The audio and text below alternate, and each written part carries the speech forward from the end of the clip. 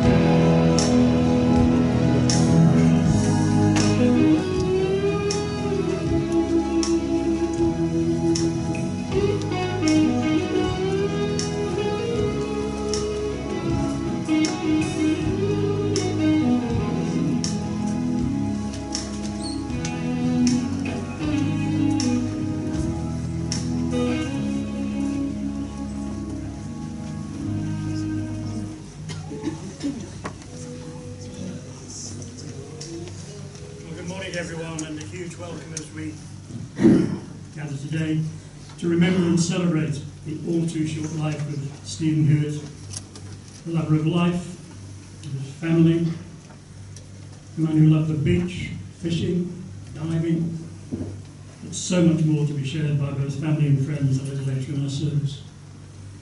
Friends, we've come together this morning to give thanks for Stephen's life, to remember precious and much-loved husband to Barbara, father, grandfather, relative and friend to each of you who've gathered today to honour both Stephen and his family.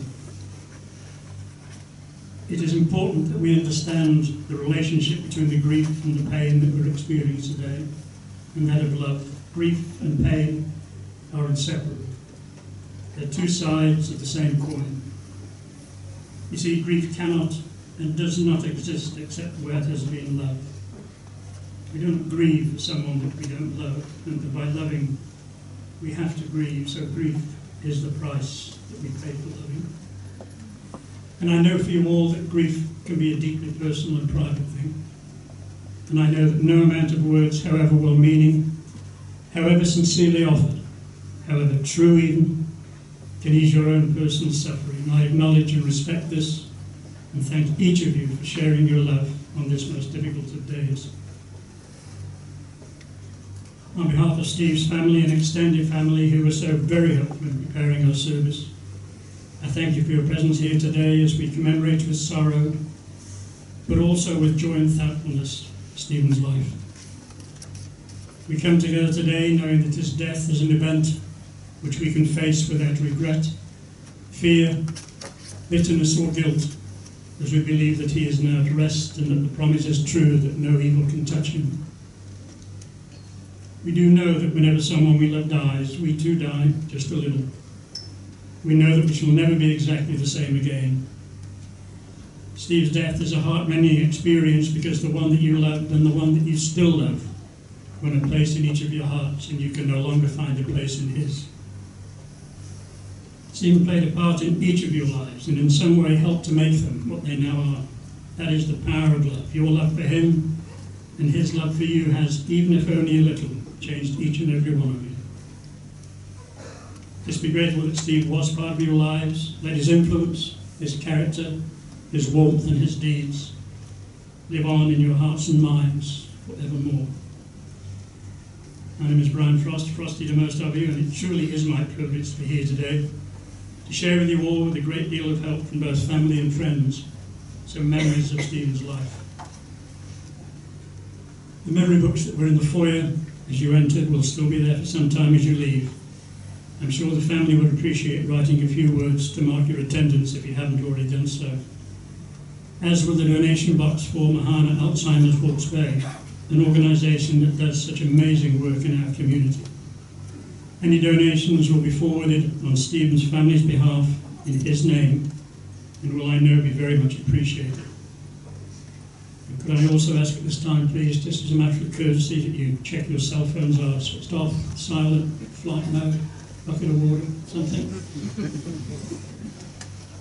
Barbara and the family have also asked me to extend an invitation to you all to join them for light refreshments after our second short service at Western Hills Lawn Cemetery, to which you are all invited if you wish to come up there. Refreshments will be held after that at the Taradell Club, and Barbara has expressed a sincere wish that as many of you as possible will join the family at the club for an opportunity to socialise with old friends. We are here this morning to share in the story of Stephen's life, to remember the special times, and to acknowledge those special relationships that existed with you, his family, and with you, his friends. Today we're here to support the family with our love, Barbara in particular, Stephen's children and their partners, Mandy and Rick, Becky and Mark, Monique and Tim, much love Papa, Samantha, Luke, Brooke, Lachlan, Hunter, Hugo and Archie, and of course brother and brother-in-law of Marilyn, Lindsay, Garth and Kay, Gavin and Linda. And a big welcome also to members of Barbara's family who developed a great love and respect for Stephen. Janet and Colin, Carol and their families, and stepfather to Jackie and Dave, Ricky and Tash, much love Papa, Steve-O to Hannah, Max, Sarah, Cullum, Lucky, Savannah, Jada, Taylor, Kaya and Hayden. A huge family. Who together with you, his extended family and so many friends have all joined us this morning to celebrate the life of this gentle, kind and very caring man. To those family and friends, some of whom might have travelled a long way to be here today, we say thank you and I wish you a very safe journey home. Let's also just take a moment to think of family members and friends that couldn't be with us today, especially Steve's parents, Arthur and Dorothy, and his brother Des, who are all no longer with us, but also very fondly remembered. So we're going to start our service of both remembrance and celebration, and it is a celebration of a wonderful and fulfilled life, by listening to Hayley Westenra singing the most beautiful of hymns, Amazing Grace.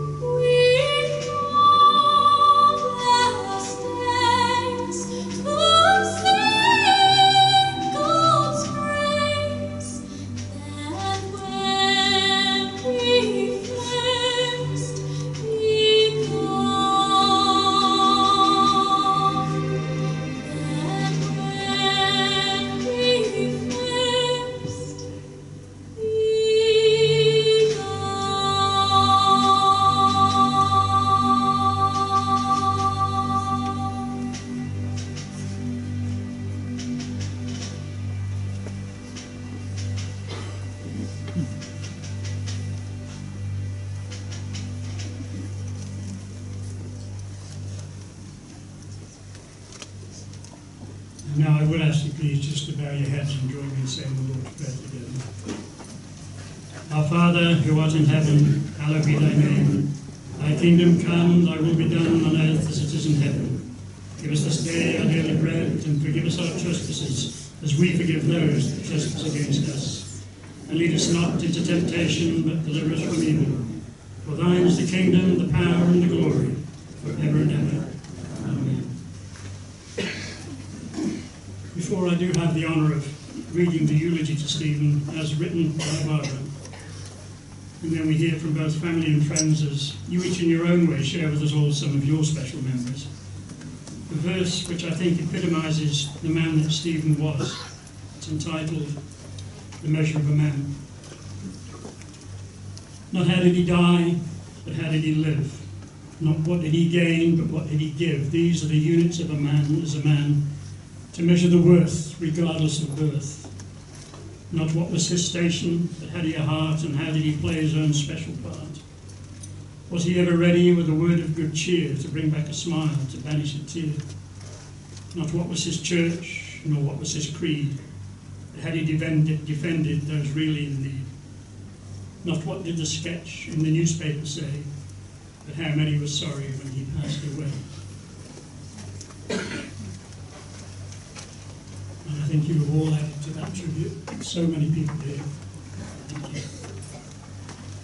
Barbara has written the most amazing eulogy to her husband, which I do have the honour of reading. Stephen Allen Hewitt was the second son born of Arthur and Dorothy Hewitt on the 19th of January 1949 in Dannybrook. He lived on a farm in Umatara and had four brothers, Des, Lindsay, Gavin and Garth.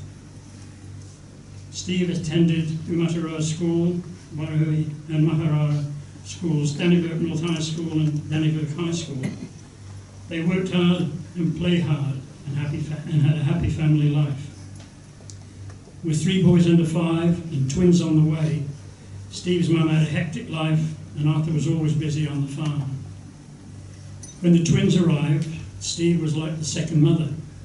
He was only 11 but took turns with his mum and getting up in the night to feed them, bathe them, change their nappies.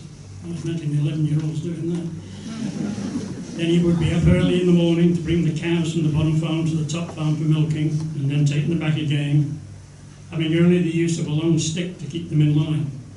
It was evident back then that Steve was a hard-working, kind and caring person who always put others before himself, and hard work did not faze him in the least.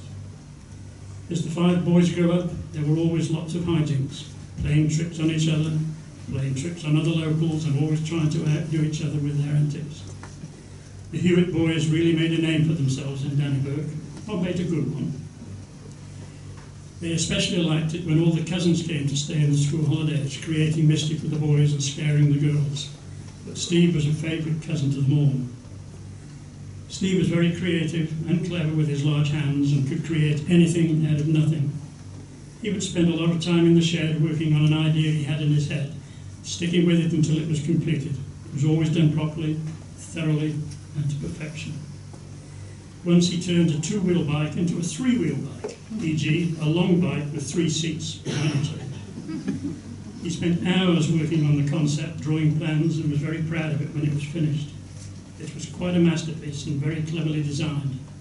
He had lots of fun riding it and people were intrigued with it.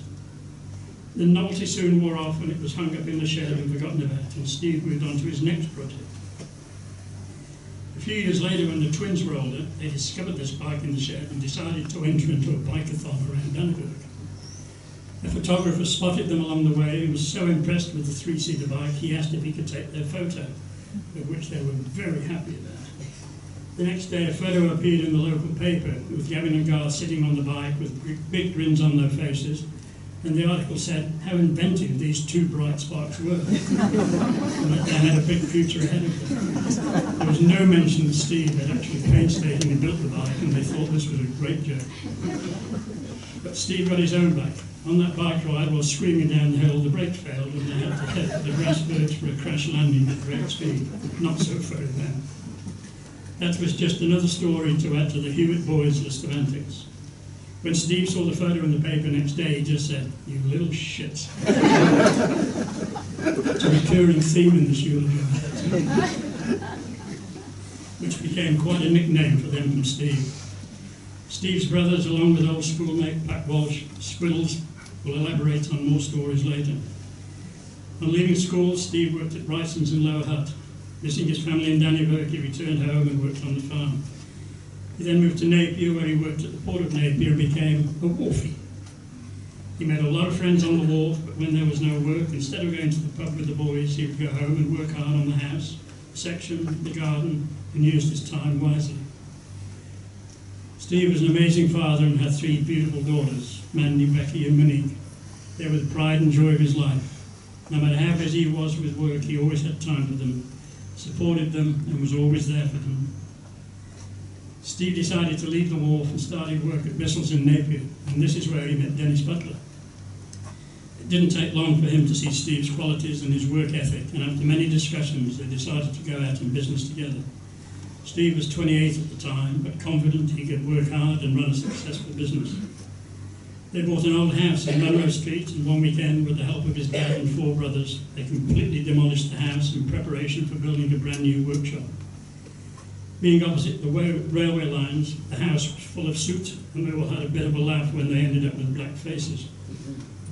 The twins were so proud of their day's work that before the roof came down, one of them, won't mention any names, did a brown eye on top of the roof.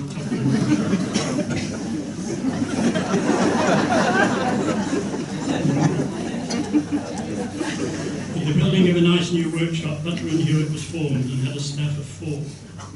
Steve and Dennis both worked hard to make their business successful. Steve completed his studies while still working and became a qualified electrician and refrigeration engineer. The business grew rapidly and secured a contract for the servicing of containers at the Napier port. Steve worked 7 days a week to keep up with the demand of the container contracts. When the boats came into port, he had to be on standby for breakdowns 24/7. This could mean going out at any hour of the night, sorting out any problems that occurred, which sometimes went on until the early hours of the morning, and still having to go to work the next day for a full day's work. The container days certainly kept him busy, but he knew how lucky Butler and Hewitt were to secure these lucrative contracts, but he didn't mind. In 2005, Steve bought out Dennis's shares in Butler and Hewitt and became outright owner. But just as all good things must come to an end, so did the contracts with the Port of Napier. They decided to tender all contracts NZ-wide, and of course the smaller regions such as Napier could not compete with the big cities. On the day he was told they had lost the contracts for the Port of Napier, he made a comment and said, "The further I fall, the harder I will fight, and this is not the end, it is just the beginning." He was true to his word and worked his butt off to turn the business round to save his demise. By now they had a staff of 9, and Steve was conscious about this and did not want anyone to lose their jobs, so he changed direction. It so happened that air conditioning became very popular around that time, not only with motels and hotels, but also for domestic homes. Steve started a huge advertising campaign with the papers and the radio, recommending air conditioning for new homes, offering incentives, and through hard work and pure determination, business was booming. Butler and Hewitt became a trusted name around town, and Steve a well-respected and successful businessman. Air conditioning was now more popular than ever. Butler and Hewitt became so busy that at one stage there was an 8-week waiting list for air conditioning installations to be done. Steve had been successful in turning the business around, built it up again, and this was the measure of this hard-working, can-do man. He always treated his business as he would treat a friend, with respect, and this is what kept it going. On the 2nd of August 1993, Steve went on a blind date. He'd seen the lady before and knew of her, but had not actually met her. He was to pick her up at 7 p.m, and Steve, being the organised man, on-time gentleman that he is, left home in plenty of time, actually just after 6:15. He arrived very early and found he'd over half an hour to spare, so he parked at the end of the street, sat there and stressed out until 6:55, and went to pick her up. The day before, he asked advice from a work colleague, "Should I wear a tie?" And he, Jeff, said no, just dress casual. But he didn't have to ask advice on whether he should take flowers. He did that on his own accord. When he arrived at her door, he apologised for having to collect her in his Butler and Hewitt pickup truck. At the time, he had no car. It was a dinner date at the Clyde Drapery. Steve was very nervous and got the shakes, living up to his earlier nickname, Shaky Stevens. Before they knew it, there was no one else in the restaurant, and the owners were just sitting around waiting to close. It was a great night, and they just clicked. That was the beginning of a beautiful love story between Steve and Barbara. 3 years later, on her birthday, Steve proposed, and they became engaged. And on the 8th of November that year, they were married. They had a wonderful marriage, and every day Barbara would thank her lucky stars that Steve had come into her life. It was just the simple things in life that made them happy. Saturday and Sunday morning board meetings, where they would have their early morning tea and coffee, Barb lying back in bed, Steve sitting in the visitor chair with Boo on his knee, talking about things that had happened during the week and things that were coming up. In the summertime, they enjoyed having fish and chips for tea on the beach. Steve would always give the leftover chips to the seagulls and save a small piece of fish for one lucky seagull. The 5 o'clock drinks and chippies at home on a Friday, Saturday and Sunday night, where Steve would flop into his chair after a hard day's work, hold out his beer, do a cheers with me and say, kind wish.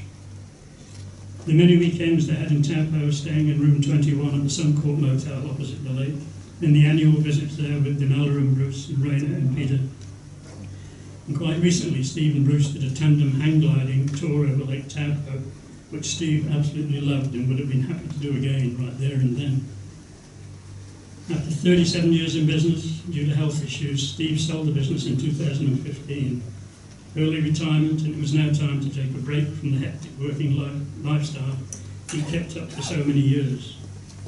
With a new hefty mortgage, Steve had 3 short-term goals that he wanted to achieve when his finances allowed: to buy a Ducati motorbike, to buy a brand new SS Holden, and to buy a family beach holiday house.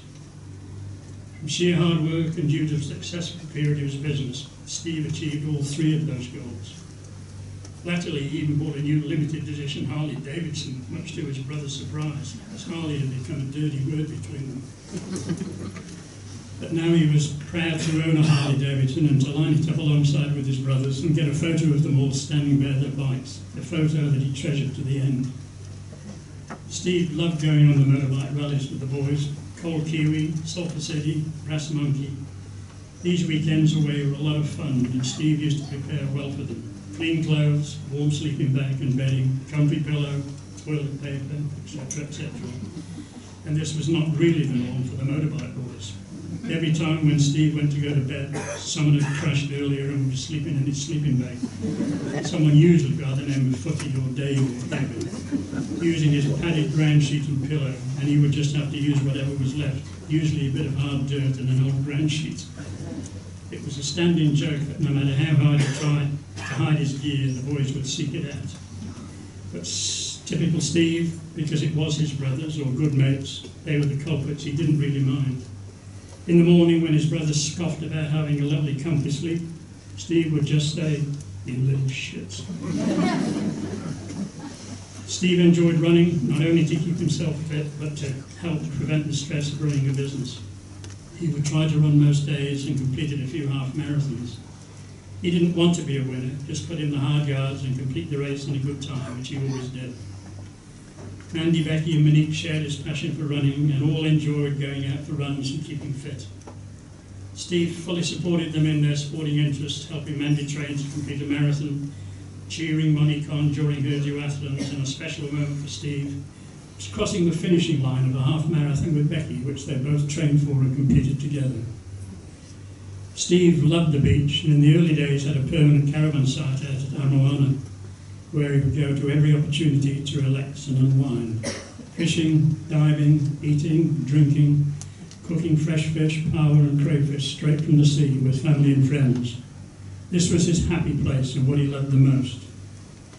When driving out there and approaching the dirt road leading to the camping ground, he'd stop the car, get out, take a deep breath in and smell the reef. This was certainly his happy place, not only for the hard work and the fishing and diving, but the fun and the laughter and the good times he had with his friends and family. Live concerts, home brew competitions and darts competitions with nearby campers at Blackhead and Prairie, Late nights, early morning starts to set the nets was all part of what he enjoyed about the beach. Aramoana was Steve's little piece of paradise. Barb's first visit to the beach, she got a typical Hewitt welcome from his brothers and friends. They put bread on the caravan roof before going to bed that night so that the birds would be pecking loudly in the early hours of the morning and waking up. And the next day, when Steve went to the ablution block to have a shower, they sneaked in, throwing a bucket of cold water over the shower door, only to be met with, "You little shit. You should join me on this." And then taking his towel and all of his clothes away in the hope that he would have to run back naked through the camp. They were sitting outside the ablution block, drinking their beers, laughing their heads off, waiting for him to come out.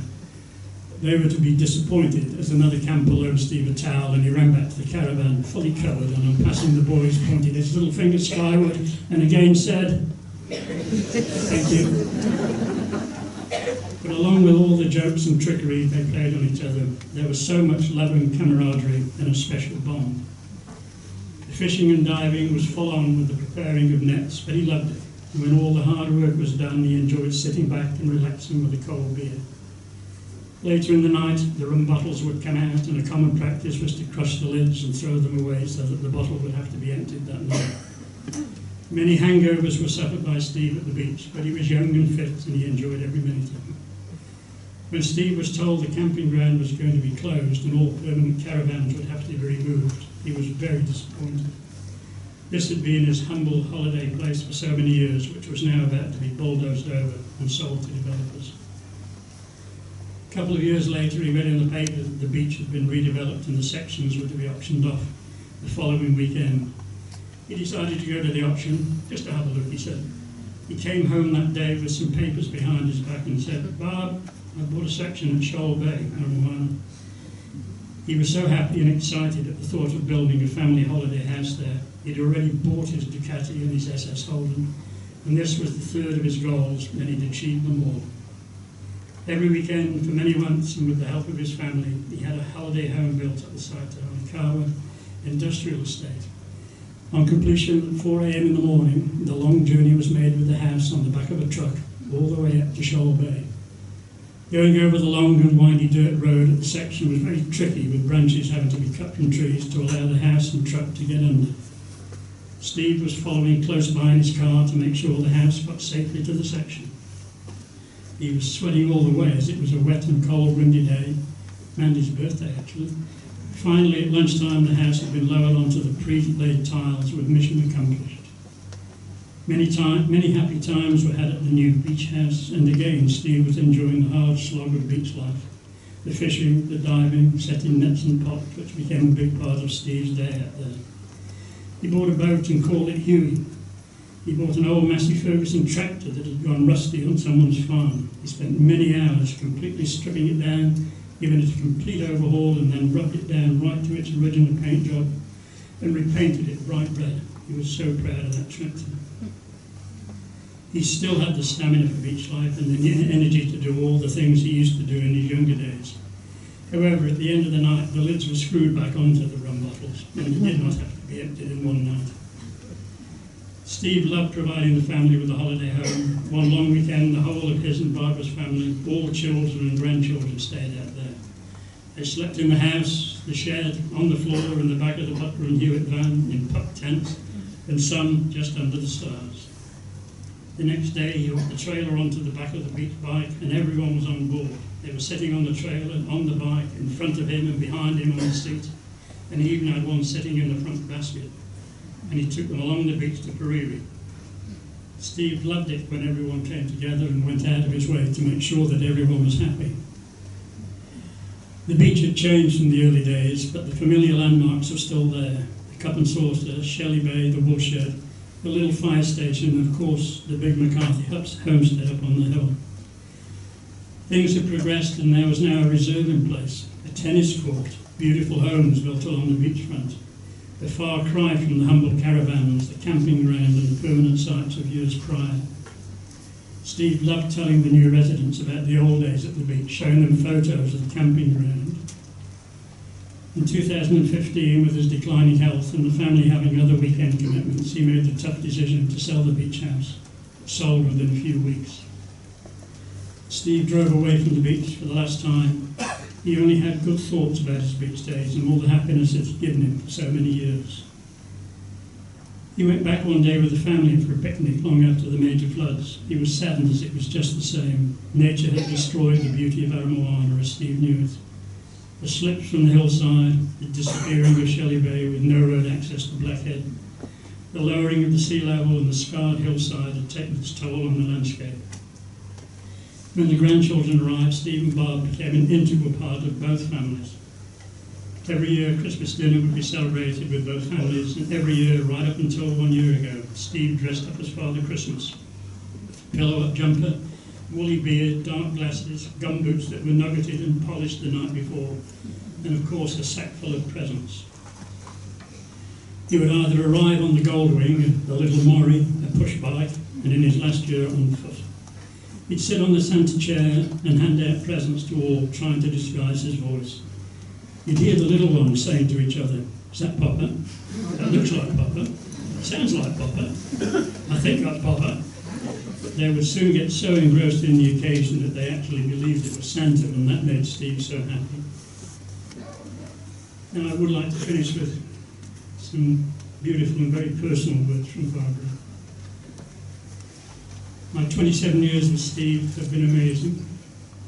I love him so much and will miss him tremendously, and life will never be the same. But life passes and flows like the tides of the sea.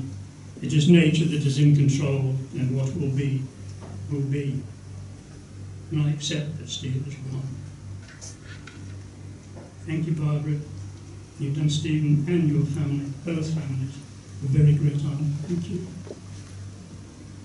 And now I'd like to invite Mandy, Becky and Monique to join me to deliver a tribute to the dead.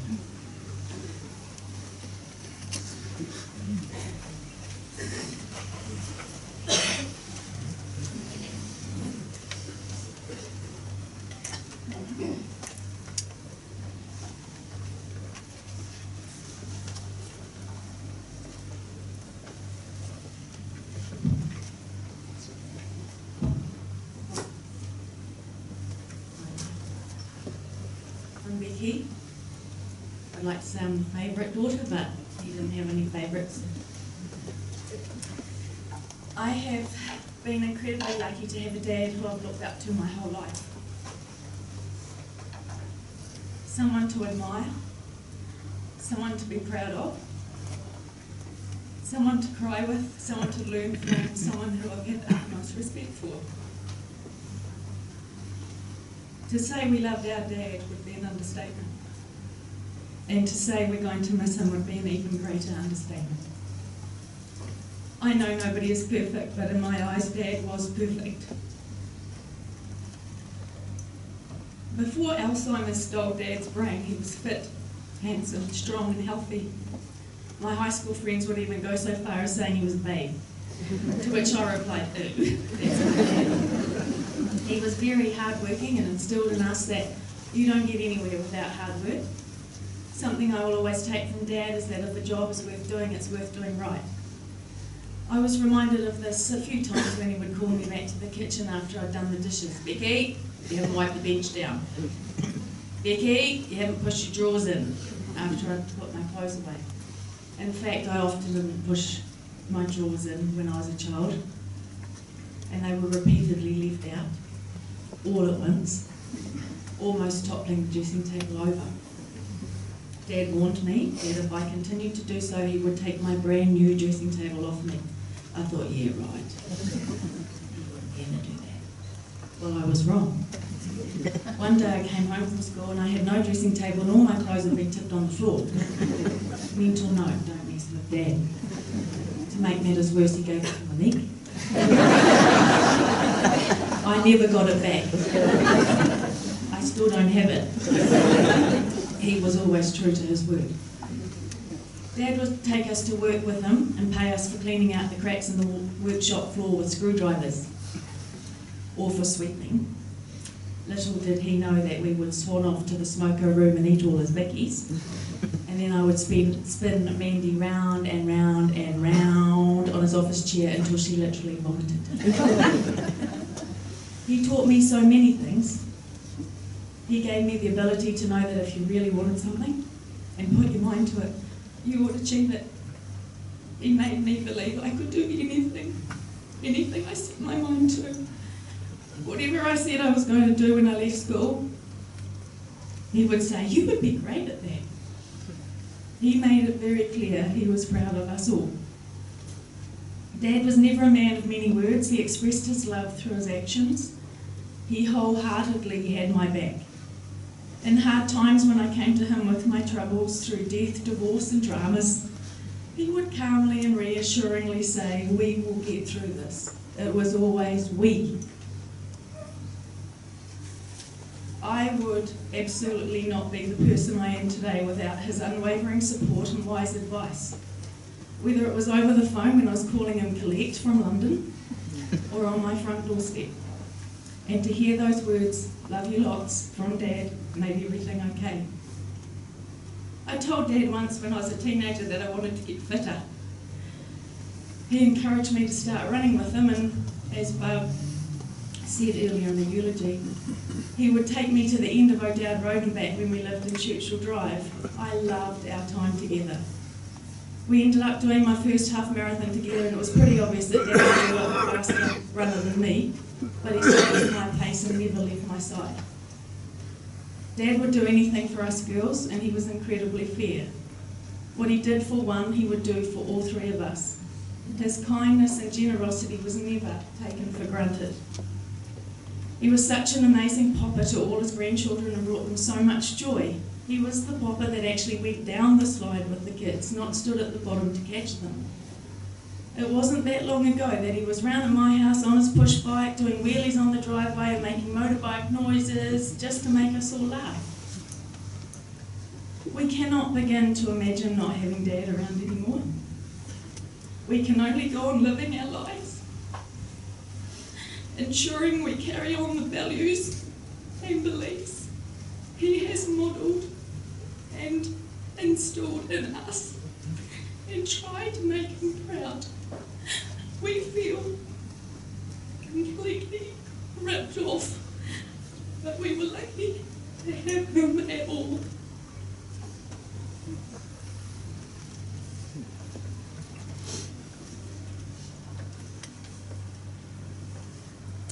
Hi everybody. For those of you who don't know me, I'm Steve's youngest daughter, Monique. 3 daughters, people would say. Your poor dad. But I don't think it bothered him, and if it did, he didn't show any disappointment. The only thing he showed us was infinite love, loyalty, patience and strength. I was one of those annoying kids that would always call out to Mum and Dad after they'd put me to bed. I had trouble getting to sleep a lot, and Dad would always come in and gently reassure me. Rubbing my forehead, he would whisper, "Just relax, Mickeys," and I would quickly go off to sleep. Now, as an adult, and I'm struggling to get to sleep, I often close my eyes and imagine Dad rubbing my forehead, saying those reassuring words. When I was old enough to move into the top bunk, there was an issue in that I couldn't have my bedside table with my water, tissues, clock, inhaler, etc. within easy reach. But good old Dad solved the problem by screwing a container into the side of the top bunk to hold it all. And because my bedroom was so far away from Mum and Dad's, and to save me from having to climb down in the middle of the night, he gave me an intercom.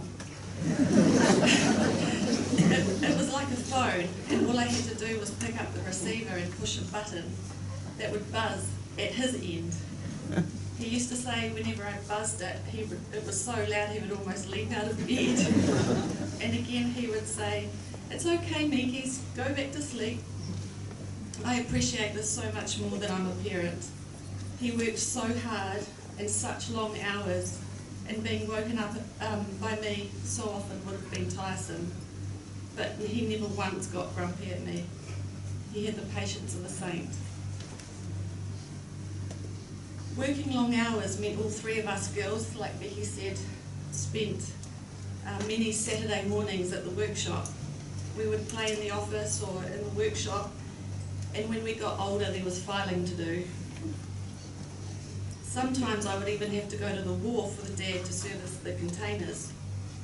He was colourblind, and when it came to some of the electrical work, he would ask me what colour the wires were.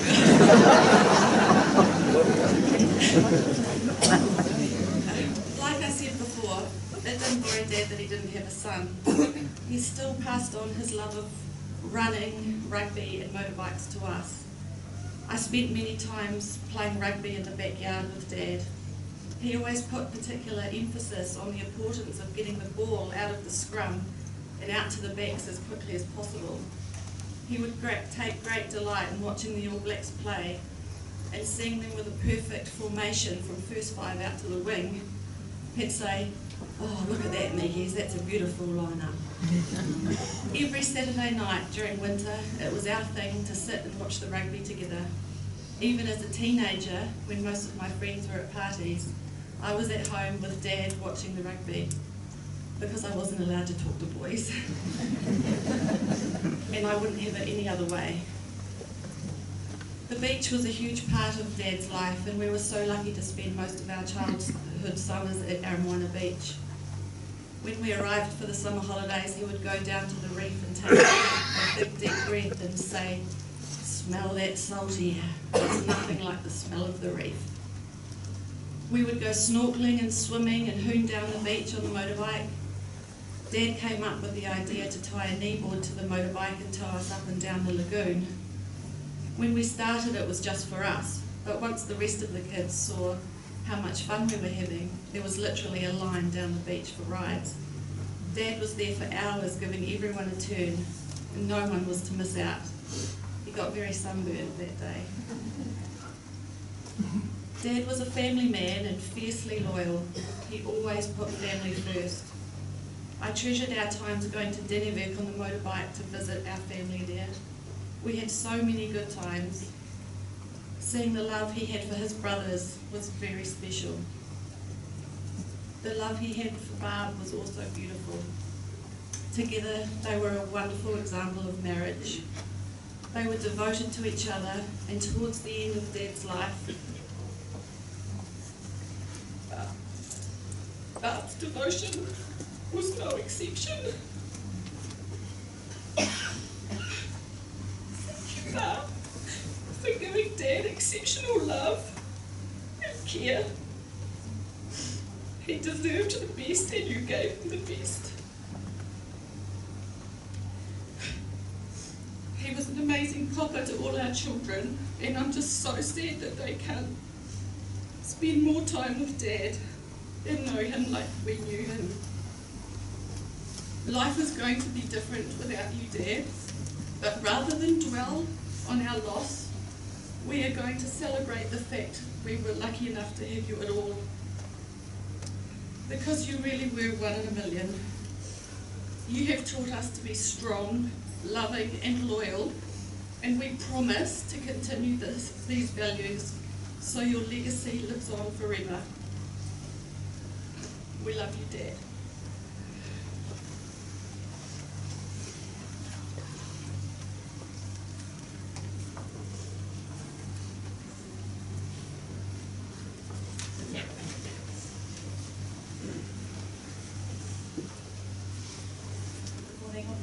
Dad's eldest daughter. I came across this reading which sums up our time spent with Dad in his last days. It's called "A Golden Heart Stopped Beating."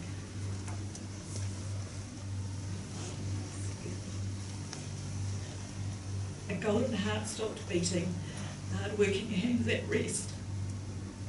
It broke our hearts to lose you, God only takes the best. They say that memories are golden, well maybe that is true. But we never wanted memories, we only wanted you. Your life was love and labour, your love for your family true. You did your best for all of us, we will always remember you.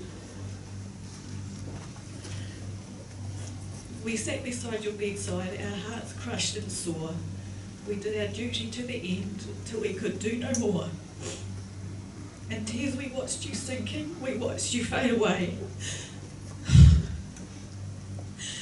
Although our hearts were breaking, we knew you could not stay. Our lips cannot speak of how much we loved you. Our hearts cannot tell us what to say. But God only knows how we miss you, and our home led us slowly today. Thank you.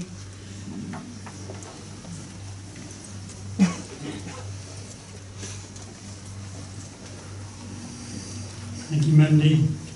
Becky, thank you, Monique. That will be very proud of that. Thank you.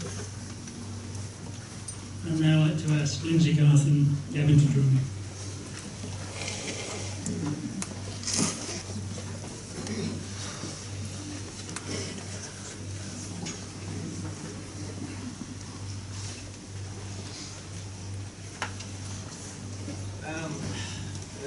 It's unbelievable to see the amount of people here that Steve had, respect for Steve and the family. It's really great.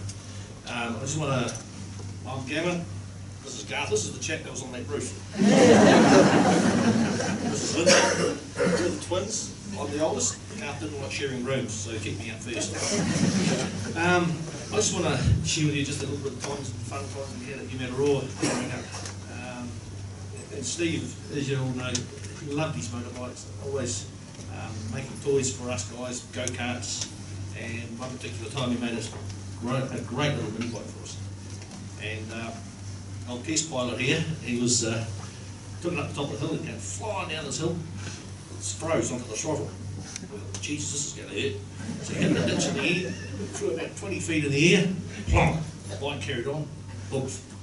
So I sprinted off down the hill, took off after the bike. Steve said, "Oh, don't worry about the bike, what about Garth?" No, he's all right. We're more worried about the bike. And he carried on, and I don't know if you'll remember the old hillbillies, the Clampets. He made we had an Oldsmobile truck, so they ripped the back down and made a flat deck out of it, and we had an old couch, big old wrought up couch, so we bolted that on the back of it, and away we went. The old spoke wheels, it was a real old truck. And we used to go possum shooting, and this particular night, we were way down the back of Umaroa, and way in the distance you could see this little blue light. In those days the police cars had the little blue lights sitting on top of it. And we said, "I think the cops are coming." The boys looked out, "Jesus, you hang on, you little buggers, we're off." So we're off. Cops chased us home, but we hid in the old implement shed. We shot away and we walked back out the way we went in. We had some real hijinks with Steve. He used to stay with us. I told Mandy the story last night, and stayed at the parents' place years ago, and he went to bed, snuck off to bed early, he'd had a few minutes to drink. So we shot in there with a little glass of water, but just dropped a little bit on his lips, and he'd be like a little sparrow going. So we get him settled down again, throw a little bit more on, and keep going. I think he had dry horrors, but he just wanted to get a drink. And one particular time, I'll let Garth tell the story, he's quite good at this one, the home brew.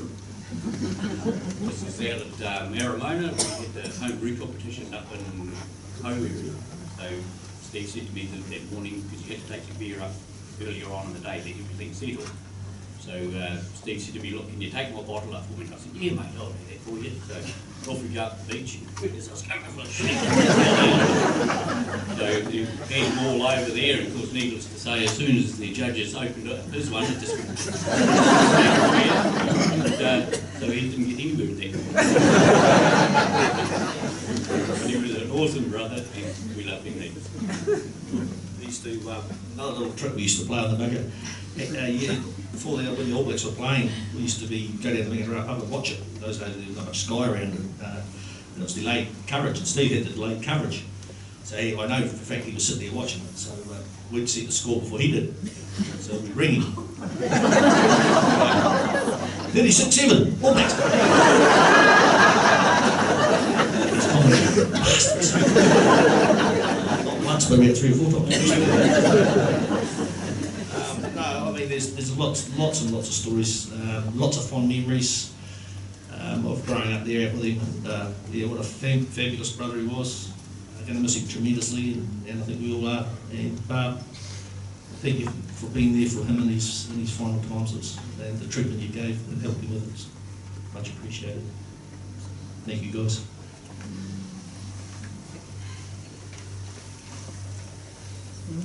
Thanks, team.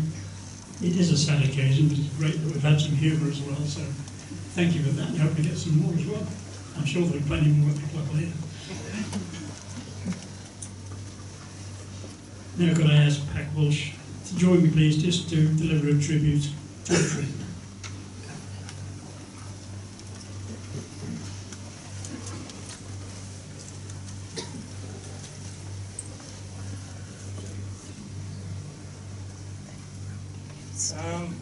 I've known Steve for 60 years and you want me to talk about him in 2 minutes? I've got a lot to do. So, just a few things that I got off my chest when I was with Barb in the hospital there that I had to tell it to come clean. Steve and I used to play a bit of snooker, and because I think the Nick said that he's colourblind, so you know it wasn't too bad, but he always got the brown and the red mixed up, you know, which, and if I was winning, I'd just tell him which one it was, but if I was losing, the brown was a that's red, stand, bang, oh no, that's too poorly, so, yeah, he got to know, but he didn't trust me. Another time, he bought 100E Angular, and we went on holiday together, and it was hotted up, you know, the old things. Well, it wasn't really hotted, but it had a hell of a noise out the back of the exhaust. And the way we went, we were heading up Taupo way, and every hill we come to, we'd take a run at it, because, and he'd say, we're going to get this, and all of a sudden we're going to go to the floor. And it was our ambition for the whole tour was get up on that passing lane, but nah, we always had to follow the old brawler lane. So that was good fun. We had a calico tent. We made it the night before, sprayed a bit of waterproofing on it, got the Tara. Oh, the rain just come down and we were things like that. And one of the other things I can remember about Steve and I was with them on Saturday night, and he said, "Oh, I'm off to Wellington for a course, you know, like the young people go down there and do a learning course." And I went, and I said, "Oh, well, I'm going to Wellington tomorrow too." And I said, "I'm going to the post office," and he was going to the refrigeration one. I said, "Oh, I'll take my car." He said, "Oh, yeah, save me taking the bike." And I said, "Yeah." I had a 52 Vanguard. It was a massive thing. And just about, when you turn the corner, you could get underneath and give it a cruise and oil change. But anyway, we got to Trentham, we pulled in there, we put our bags where we were meant to go, and I said, "Oh, should we go to Wellington and see what this nightlife's like?" And he said, "Yeah." So I hopped in the old wagon, away I went.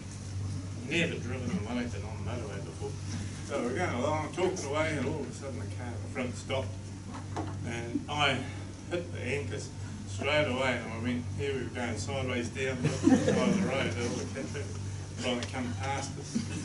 And as we ended up with it, we were facing the other way. I said, "Right, that's enough, we're going back." But Steve and I did have some great fun, so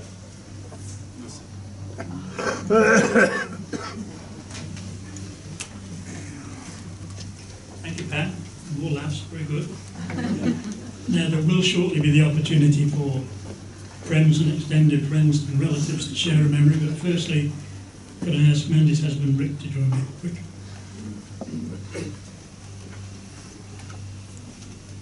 Good morning, everyone. So, I'm Ricky. Trying to say I'm Amanda's husband, so one of Steve's son-in-laws. I've just written down a few things here that I'd like to share with everyone, kind of my memories with Steve and all the good times that we did have over the years. So, basically, Steve, for many, many years, has been a really good friend of mine.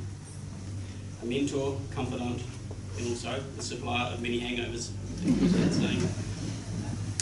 Basically, after meeting Mandy, I thought I hit the jackpot when Steve invited me back to the caravan. That's where I met Nick and Nick as well. But he had me come back and sample some of his home brew.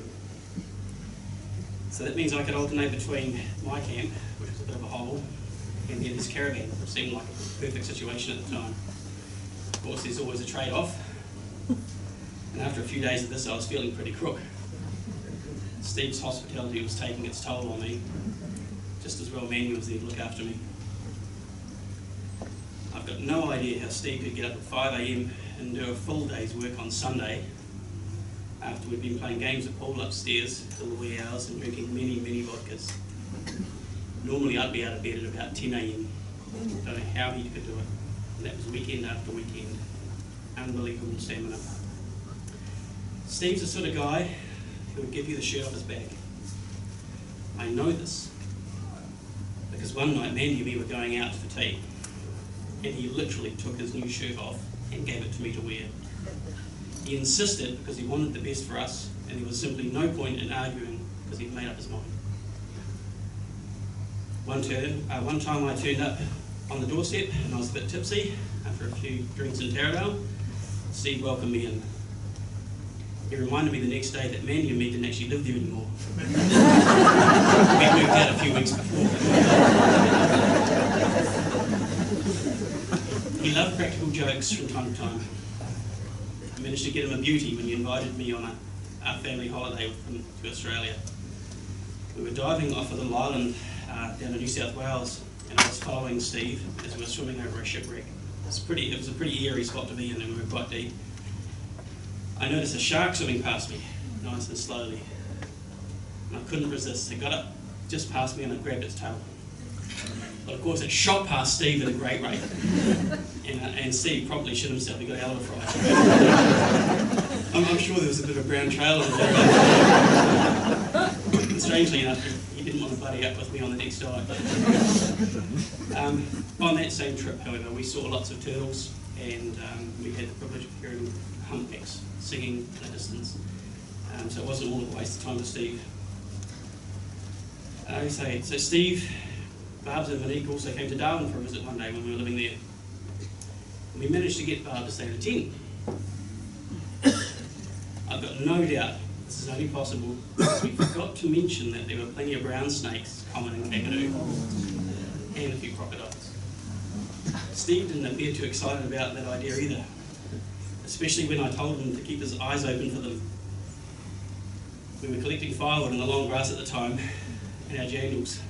And the look on his face was absolutely priceless. Steve and Barb have always been incredibly generous and make such an effort for family and friends. Family has always come first. And we've always been spoiled rotten and treated like royalty. Steve has treated me like a son, and I will miss him. Not only as an amazing father-in-law, but treating me like a son that he never. Thank you. Thank you, Ricky. Very special. Now, this morning we've been talking about a very, very special gentleman you're also lucky to have known. So now is the opportunity for extended family and friends in no particular order to share their thoughts and memories of Stephen's life. There will be lots of time at the Taradale Club later on as well, but the floor is yours for a while.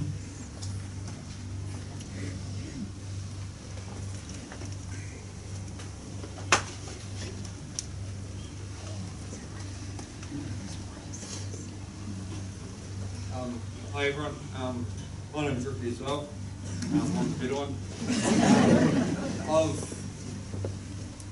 Steve was like a stepdad to me. What he did to my mum is like no other. Everyone's saying how good he is and the tough man he is. To me, he was a showman of a true gentleman. The happiness he brought into mum's life is like no other. One thing I'll never forget is when Steve wanted to marry mum, he made the point to ask me if he could. I was 14 and 15 at that time. He was like, he asked me. Nothing to do with me. But he gave me the shock that he would even considering asking me to marry mum. that to me showed the type of man he is. And what he does. I'm mum of 5 daughters, and all 5 of them adore Steve like a grandfather. He was a part of our lives, and he'll always be remembered as one of the, well, they've got 4 grandfathers, and he's always remembered as Papa Steve-O. So the respect that we've got from of how he did and what he did for Mum is like no other, and us no thanks can be enough for what he did for us and our family. You girls all have good memories, so lucky to have him as your father, and I was lucky to have a father in my life as well. So me and my girls, we just want to say thank you.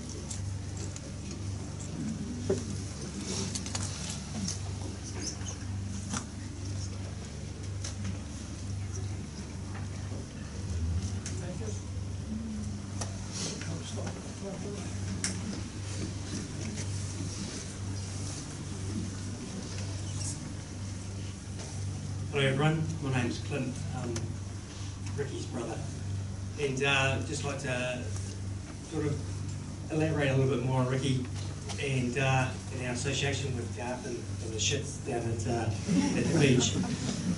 With Ricky, we had an extended group of motley crew that used to stay at a pretty groggy camp, like you mentioned before, and you know, we met Steve through Ricky and through Mandy, and he really was just an amazing guy. He invited us all into his caravan, which I don't know how he fitted us all in, again and again, and I remember one particular time there that he was showing off his home brew, and Garth decided that his home brew was better, so there was a bit of a home brew war going on. And we thought we were in heaven because we had all the beer and but, you know, what always blew me away with Steve is just how generous he was, and nothing was ever too much trouble with. And you know, for us it was just amazing hospitality. He just brought us into his home and treated us all like son-in-laws as far as I'm concerned. So what a great man, and such a loss.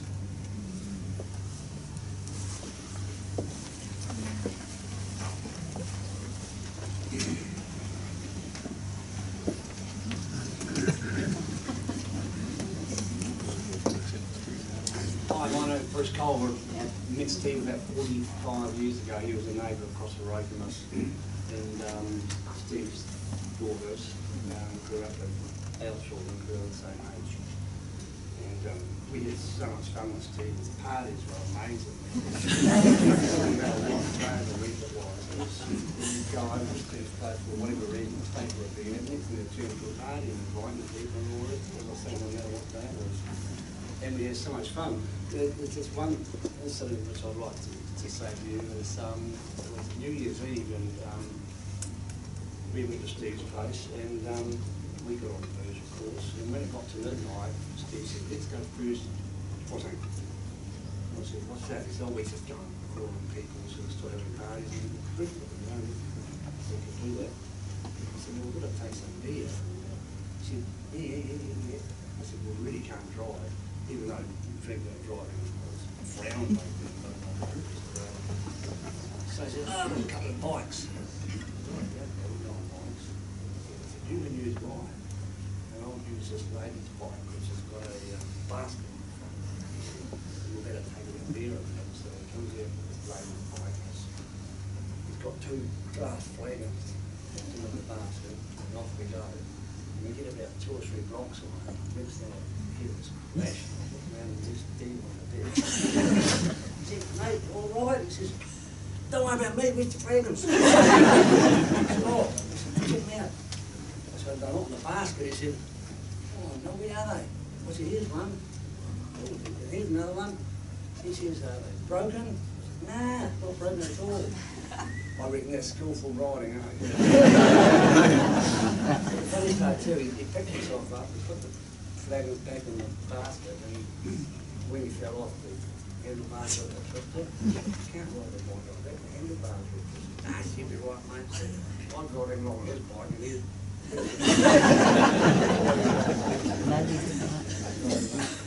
another funny story was we bought a boat between us. There was a 14-foot aluminium dinghy, and we thought you put a long line without a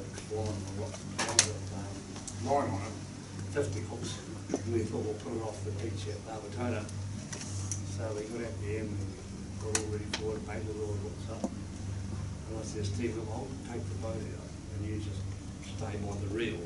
So, and then when I've got it out there, I'll come in and he said, well, how do you know when it's going to start running out of rope on the reel? I said, oh shit, no. Well, I'll tell you what, I've got an umbrella in the car. So I said, when it's getting close to the end of the reel, you just go like this. The umbrella, and I'll see it, and then I'll just put the line under and I'll come back. So off I went, Steve there, and went another roll with it. And I got out about, I don't know, 500 or 600 metres, and by this time I got there must be on that reel. So, oh, he must be alright, I can't see nothing, no flashing or anything.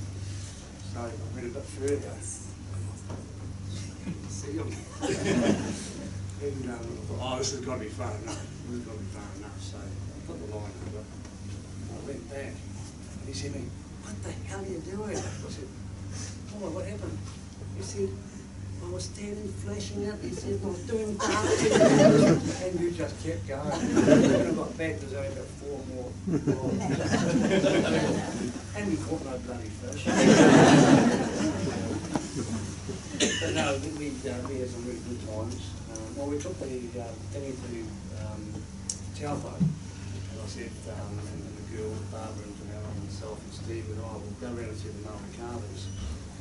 So off we went, and it was a beautiful day. The lake was really, really flat, and we potted around, sort of carving, and it was on the way back, and we were having a full tilt. It was starting slow anyway.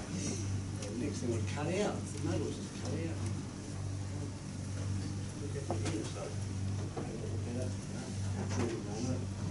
give it a full. Wait till you go again, and we go a bit further. All of a sudden, it cut out again. Barbara was saying, oh, I don't like this. I'm not a very good swimmer.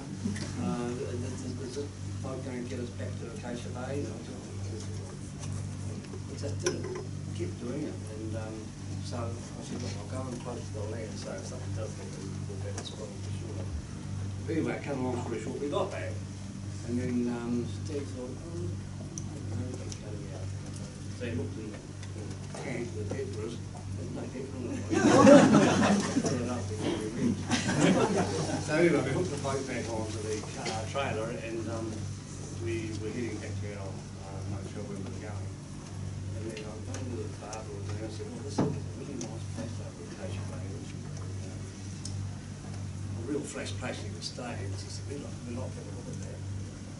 So we stopped and the girls walked down and went to the tree lodge. Lodge, the company was called. And so we just stayed with the boat. And while the girls were in there, they said, oh, we better go. And I think, I don't know if they want to have coffee or something. And they said, oh, no. The boys were up there with the boat. We were waiting for the boat. We were going to go half the road. And I said, well, it's a big boat. We're going to stay there or something. And all it was to do. Anyway, the final thing I'll say is, yeah, what one of you said was a perfect gentleman. And you did right.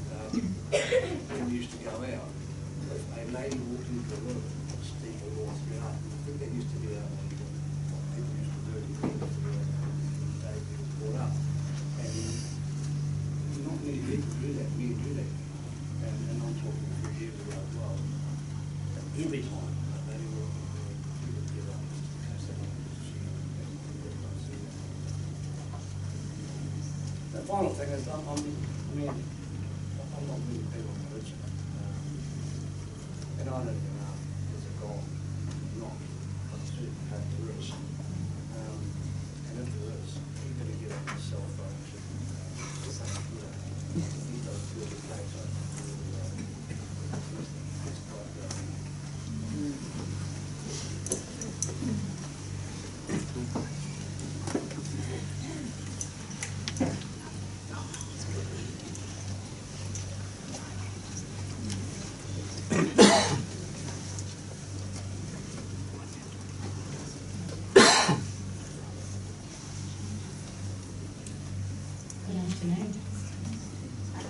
name's Hewitt, and Alistair and Richard. We're representing Dementia Walks Day, and we were honoured to get to know Steve, I guess in the final chapter of his life, once he was diagnosed. But it was an absolute honour to work with Steve and his family. The essence of Steve was always there, even post-diagnosis. We saw the gentleman, and I'd just like to say thank you to the family.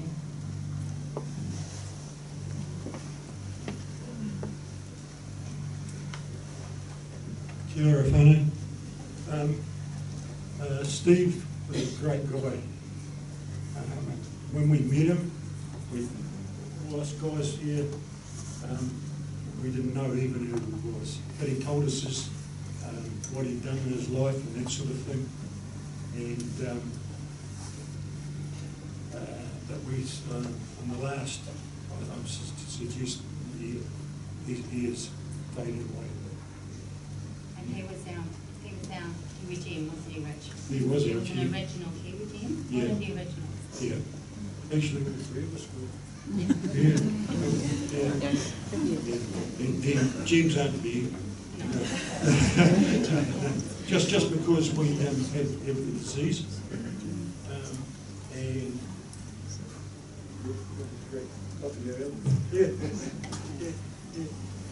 I'm Alistair. I joined Mahan the same day as Steve, and one thing I remember when I first met Steve was that smile. And he always had that. He certainly enjoyed coming to Mahana, because some days I would ride a bike there and the van would go past, and Steve would always recognise me on the bike, because as it went past, he'd give me a thumbs up. And often when we'd be on outings or whatever, you know, especially when you start to lose the ability to talk to us, I mean, he was able to communicate with me, and I always knew, like when we went past a commercial building, that he'd put some air conditioning unit in and he'd point it out. And I thought, oh yes, he's been there. And yeah, one thing I certainly do remember, he was a gentleman.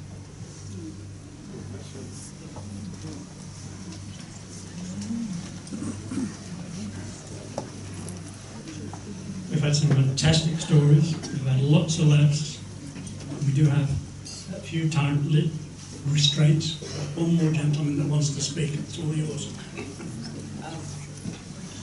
My name's Little Scrubby, and I've had the pleasure of working with Steve at Butland Hewitt for 18 years. During that time, you know, he wasn't just a boss, he became a very, very good friend. I've sort of been fighting my own demons for the last wee while, and that's why I haven't been in touch about it. But the last few weeks I've been driving past the house, looking to see if there was anybody home as I left work. I drove past down the church road to see if there was someone home. Just to sort of like hop in maybe if you were, but there was never sort of anybody around, so yeah, I'm sorry about that. But yeah, but as I say, Steve was not just a boss, he was a very, very good friend. Yeah, we spent a lot of time together in those 18 years. So thank you very much, guys.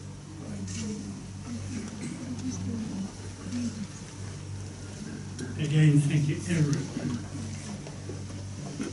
So now we're just going to take a few quiet minutes after all the hilarity. Let's reflect on Steve's life through photographs and a great photo show, some very good music.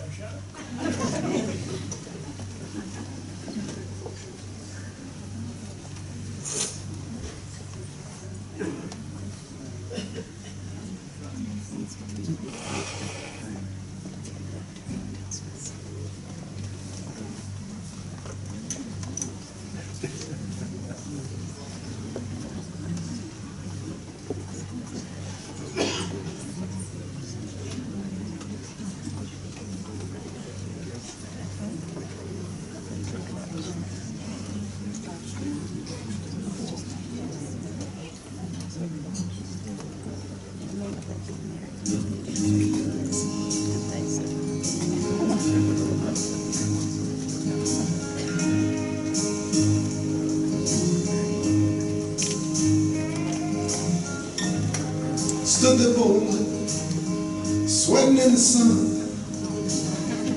Felt like a million, felt like number one.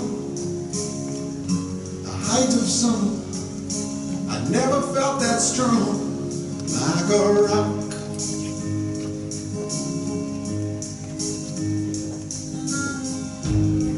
I was 18, didn't have a care,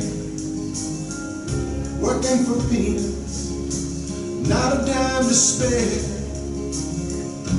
I was leaning, solid everywhere, like a rock.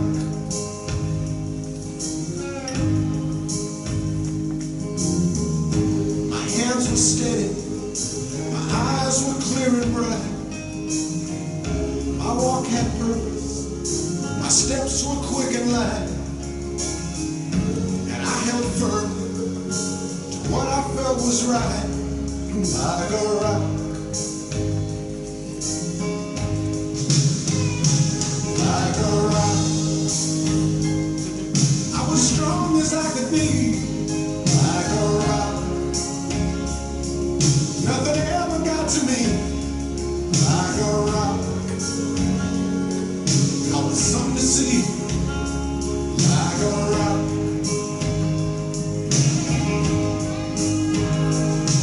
And I stood arrow straight, unencumbered by the weight of all these hustlers and their schemes. I stood proud, I stood tall, high above it all. I still believed in my dreams.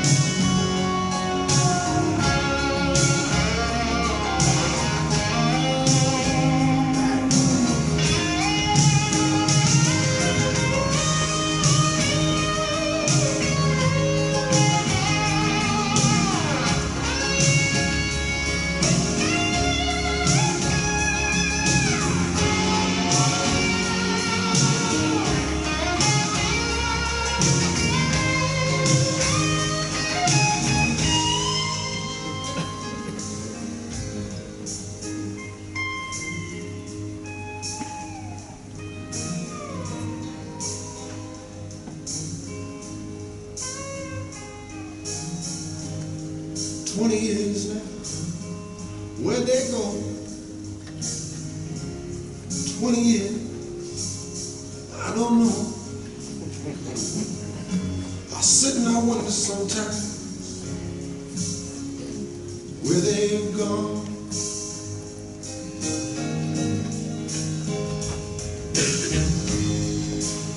And sometimes late at night, oh, when I bathe in the firelight, the moon comes calling a ghostly way, and I recall, like a rock, standing arrow straight, like a rock,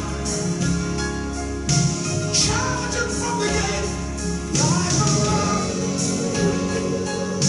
carrying the weight, like a rock,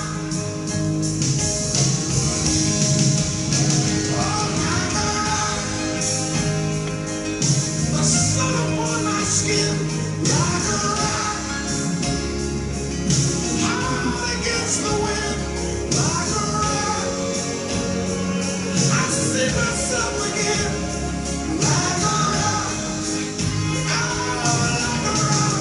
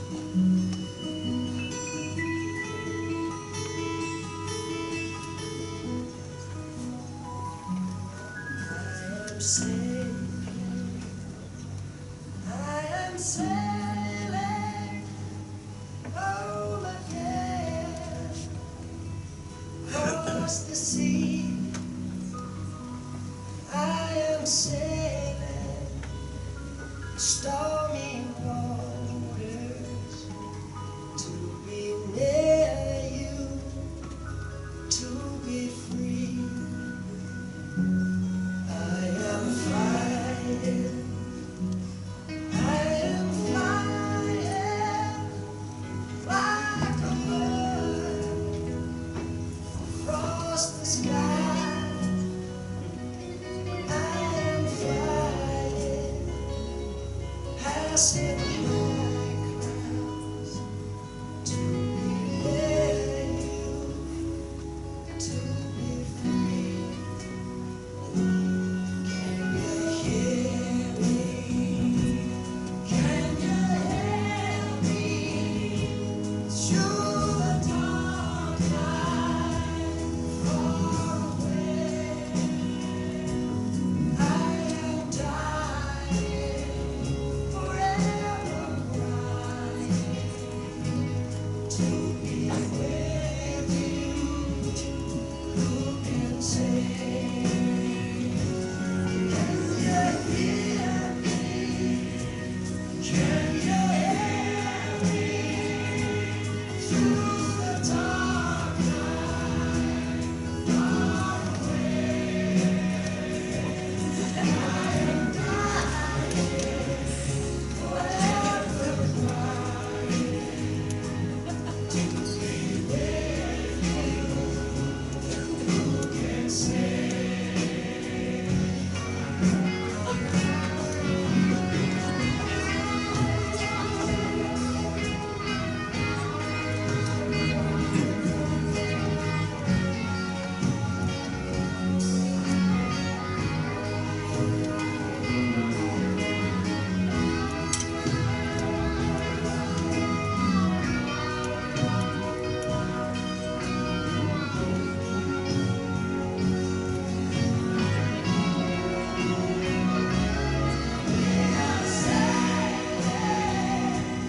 We are sailing home again, across the sea. We are sailing salty water, to be near you, to be free. Oh Lord, to be near you, to be free. Oh Lord, to be near you, to be free. Oh Lord, to be near you, to be free. Oh Lord.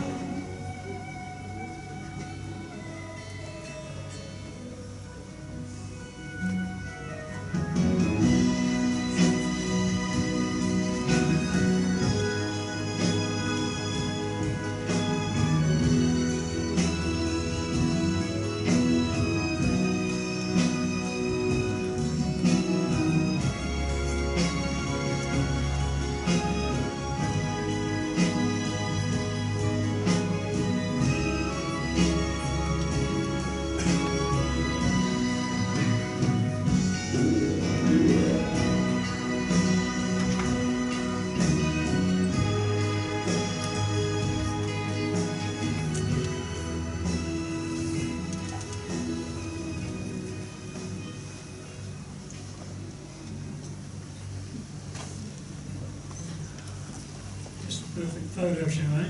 Family, friends, fun, drinking of alcohol. So as we do come towards the close of our first service, another verse that I'd like to share with you, it's just entitled Afterglow. I'd like the memory of me to be a happy one. I'd like to leave an afterglow of smiles when life is done. I'd like to leave an echo whispering softly down the ways of happy times and laughing times and bright and sunny days. I'd like the tears of those who grieve to dry before the sun, of happy memories that I leave behind when day is done. Now, if you are able, could I ask you to please stand?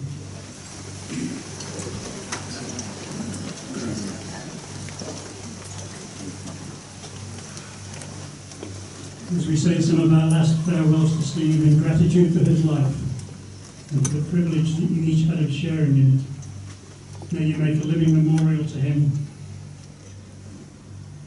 by learning from his mistakes, profiting from his example, and each trying to live a little better and more fully for having known him. This will give continued purpose to his life.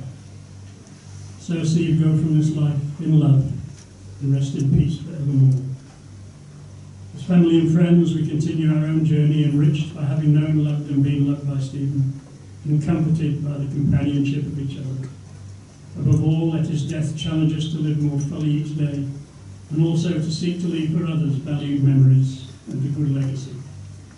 May the road rise up to meet you, may the wind be always at your back. May the sun shine upon your face and the rains fall soft upon your fields. And until we meet again, may God hold you, your family, and your friends in the hollow of his hand forevermore. Amen. Thank you, each of you, for sharing your love today and helping to make this a fitting and most beautiful farewell for Stephen. Thank you. And I remind you that you are all cordially invited to follow us up to Western Hills if you wish, but especially to join Barbara and the family at the Taradale Club a little later.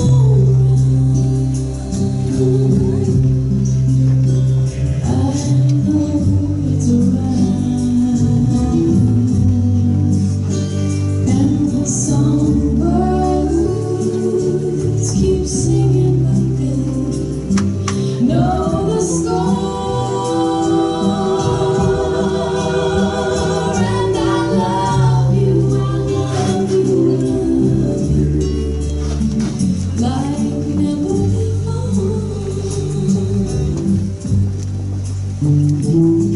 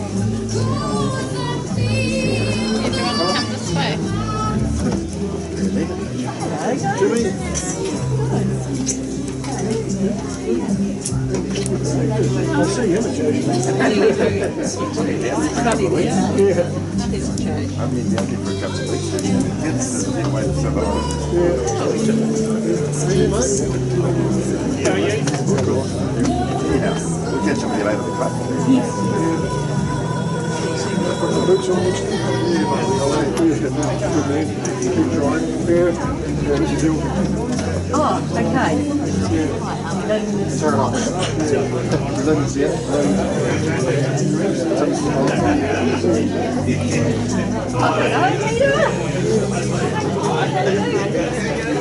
You were talking to me before about how you play together. He runs the water. I ran in the water. I played years before you. Yeah, okay. See you later on. Yeah.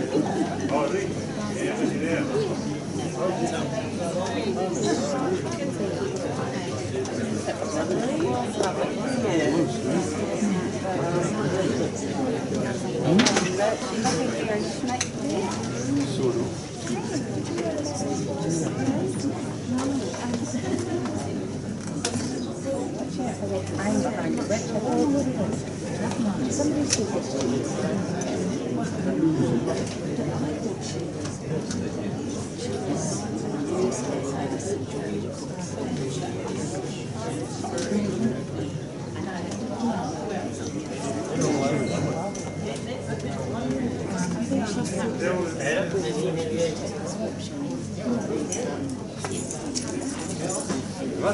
You're looking well. Yeah, thanks.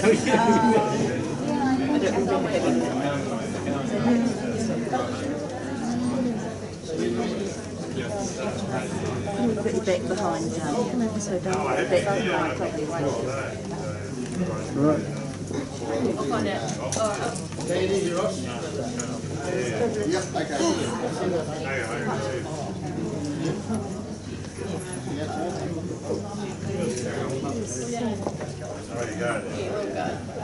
Not Ross, he'll go home.